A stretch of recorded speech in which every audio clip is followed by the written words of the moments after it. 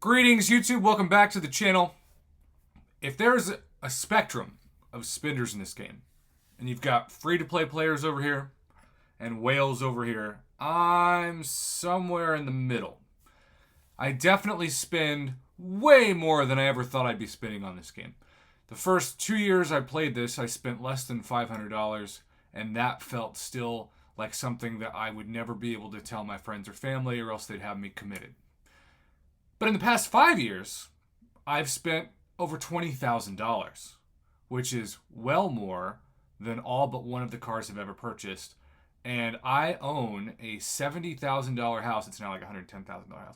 But it's a $70,000 house. So there'll be a point where I've spent half as much money on this game as I have my house. Now, of course, the obvious disclaimer is I have generated more revenue on my YouTube channel than what I've spent on the game. So technically, you could argue this was free, but that's probably not how the government sees it. Or maybe friends or family. Either way, I'm somewhere in the middle of how I spend. I don't buy early access bundles except in very rare cases where someone sponsors it.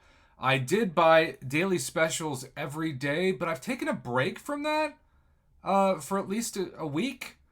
After the Cyber Weekend, it's been kind of nice to take a break from that.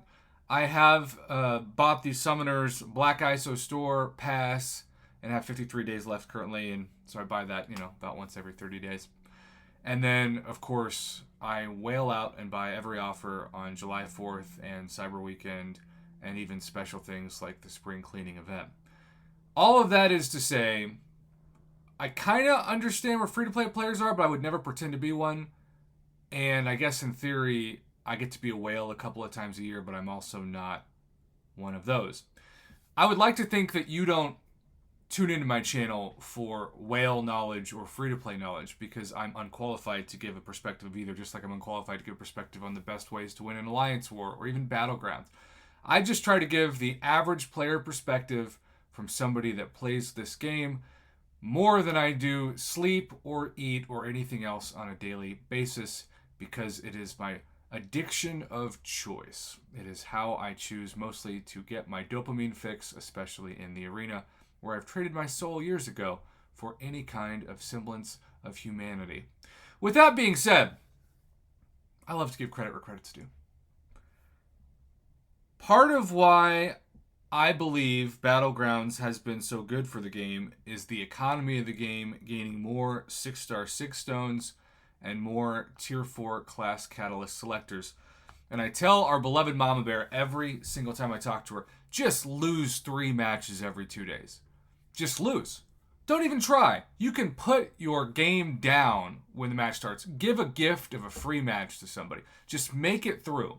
Spend the 45 energy it takes to lose 3 matches, and you're guaranteed 600 trophy tokens, or the equivalent of 6 tier 4 class catalyst selectors. And if you don't need those, even though I think that they are highly underrated for a necessity, especially when you take a 6-star from rank 1 to rank 3 and you need 15 of them, well, then save up the 600 and buy 1 6-star 6 stone for losing 3 matches every 2 days, or every 4 days. You can actually buy, well, if you consider it's 1,200, you can buy 3. You can buy 3 of those every 4 days. Because when do you get 6-star 6 stones? When do you get tier 4 class catalyst selectors otherwise, unless you went for the Cavalier Daily Special, in which you get 1 tier 4 class catalyst selector every day, 6 days in a row, not including Sundays, and that is right there. Well, Kabam said, even though they had the worst rollout in the history of their announcement, Kabam said, we're going to do you one better. Prof is always talking about tier 4 class catalyst selectors, and he's always talking about 6-star 6 stones. So why not give him both in the span of 1 accomplishment every 22 hours? 1 6-star generic 6 stone, and not 1 but 2, which to me is the equivalent of $10 worth of Cavalier Daily Specials, all things equal, or 200 trophy tokens for finishing in the top 10%. Now, the first couple of days, the scores for this were crazy, and I always believe that they are going to be crazy when they first hit the game because it's new, it's exciting, you want to be one of the first to experience it. But then as the newness and the excitement wears off, I think the scores lower, not to where they were before, but somewhere in the middle between where they were at their highest and lowest. And that's where I come in, because I'm going to do the work for about 75% of the scores that the people at the top aren't still going to go higher, but the people at the bottom are going to be lower. And that's what I saw in another arena wins, which if you're wondering, Prof, what's the score you put up? Because I would like to compare my score with yours. Well, it just so happens that I'm showing it right now. And in my solo event that's finished, because for some reason I went to Alliance events, it was 72,530, which sounds like a lot. Maybe it is a lot. But I usually put up 100,000 in a full arena day because, again, we've established I'm freaking crazy. Regardless, this has made it less stressful to do Battlegrounds because I can actually save some trophy tokens while I select Tier 4 class Catalyst selectors. But most importantly to me, it's just felt like I'm being better rewarded for the time that I'm spending in the game, which makes me not only enjoy the game more, but it also makes me more excited to rank up 6 stars faster. And I realize the economy of the game is about to shift. And at some point next year, we're going to pursue 7-star crystals. But with Ascension and so many other things planned, I still think 5 stars are highly underrated, just criminally underrated at this point.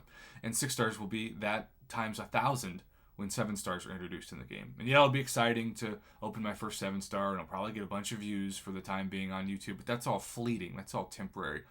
Your 6-star roster that you've built up is forever.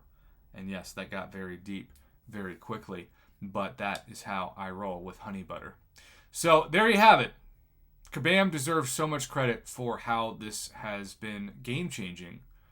It made me enjoy the game more. It's taken pressure off of trophy tokens and Battlegrounds and everything else, and I applaud them for identifying a couple areas in the game that could have been improved. It's also worth noting, even though I never think about that I've already gotten the top 10% enough in those 22-hour events that I've gained in this 5-star relic thing, which I never ever want to spend money for. But 2,400 5-star relic crystal shards for not ever spending money. The only thing I refused to spend 5,000 units on was the 5-star relic crystal that they were trying to price gouge everybody who is, I guess, Paragon at least during Cyber Week. Refused to do that.